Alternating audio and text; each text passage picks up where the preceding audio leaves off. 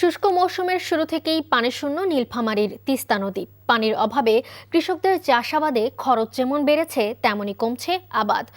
কৃষি সংশ্লিষ্টরা বলছেন ১,৫০০ কোটি টাকা ব্যয়ে তিস্তা সেচ প্রকল্পের কাজ চললেও মাঠে মিলছে না সেচের পানি। নীলফামারী থেকে ইয়াসিন মোহাম্মদ শিথুনের পাঠানো রিপোর্ট।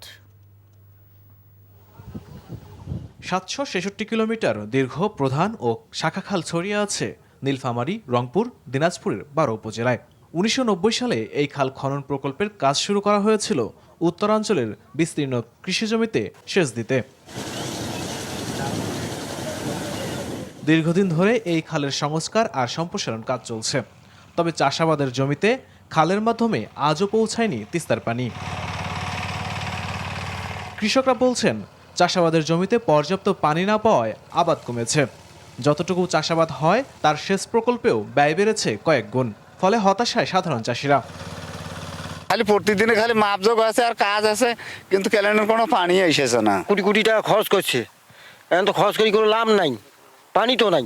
নেতার ঘর আসি কয় যে ভোট দাও আমরা এবার পানি আনি দেবো, কোনো নেতাও পানি আনি দিতে পারে না। যে টাকা বরাদ্দ করে খরচ করছে সেই হিসেবে আমাদের একটু পানি দেয়, আমাদের কৃষকরা উপকৃত হই।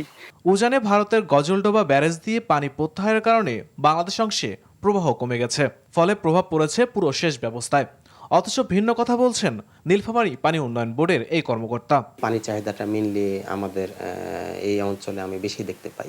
আমাদের যেসব ক্যানেলে আমাদের পানির চাহিদা আমাদেরকে দেওয়া হচ্ছে, আমরা কিন্তু সাথে সাথে সেগুলো আমরা পূরণ করছি। হয়তোবা এটা যেহেতু গ্র্যাভিটেশনাল ফ্লোতে আজকে চাহিদা দিলে হয়তোবা আমাদের কালকে বা পরশু দিন আমরা ওই লেভেলে যেতে পারছি। এই অংশটাই শুধু আমাদের ঘাটতি হচ্ছে। কেবল অবকাঠামো উন্নয়ন নয়, পানির ন্যায্য হিস্যা নিশ্চিত করা এবং বর্ষায় পানি সংরক্ষণের উদ্যোগ নেয়ার মত বিশেষজ্ঞদের। NTV news desk.